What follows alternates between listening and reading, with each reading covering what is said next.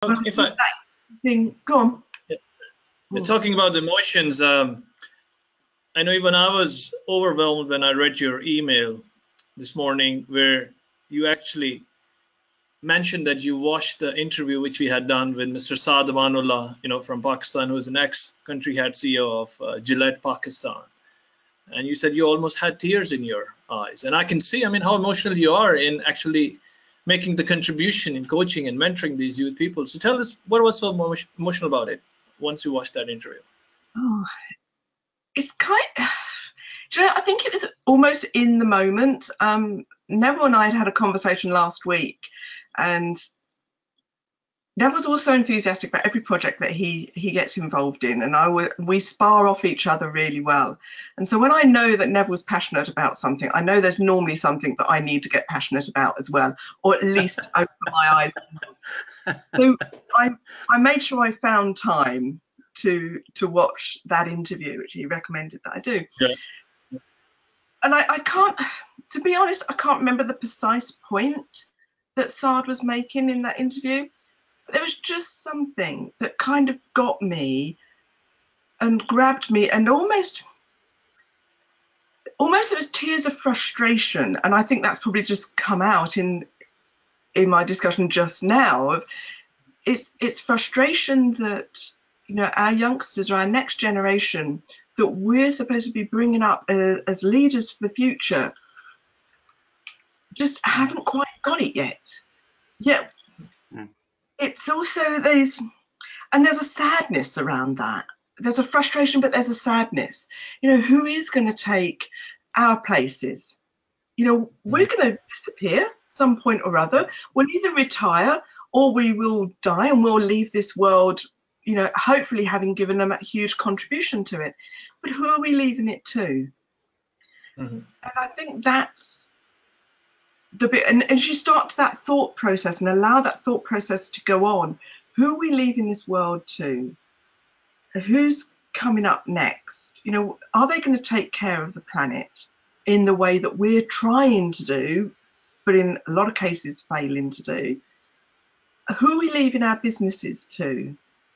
Who are we leaving the government of our countries to? And I'm not a political person. Don't ask me any political question, because I am not your person on that one. Never will attest to that. But it does make you wonder, how are we equipping people, and are we doing them a disservice by not doing more for them? And I think that was something that was just hitting home as I was listening to that conversation. And very genuine, very sincere, genuine. Neville, any thoughts?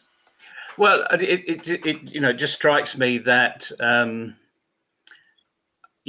believe that the education profession as a whole are doing the best job they can. They're doing the job where, in some respects, parents have, through the matter of being able to live, have expected schools to develop their kids far more than previously. There's lots of competing time for young people's attention, not least technology and online, and following the shiny objects, as I call them, expecting that windfall is going to happen with a very little amount of effort. And I think we've got a bit of a disjoint, really, in that we are equipping young people with the technical ability. They're good at passing exams, but they're not good at communicating. And all of those simple values, you mentioned common sense. You mentioned that you're that young chap, that one person in 10 years. And I know you offer yourself as a mentor out there, because you do a lot of work in the education arena, completely free time. They don't pay for it, not even your travel expenses. And no one took you up apart from this one person. But when he turned up, what did he turn up? He was ready for you.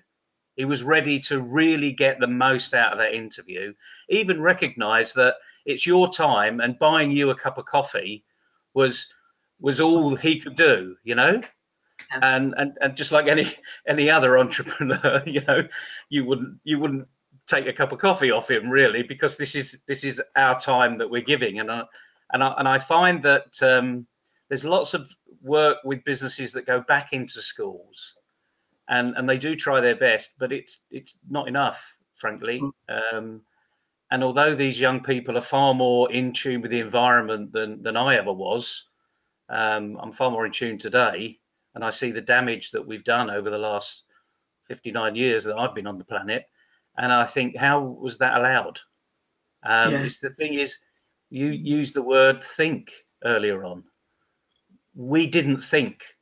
And just like in education, I don't think we're thinking about what's the purpose of education, where we're going. So I really do think we're almost setting a lot of young people up to fail, because we're not listening to what business needs are, not just in the larger organizations, but even in the smaller ones.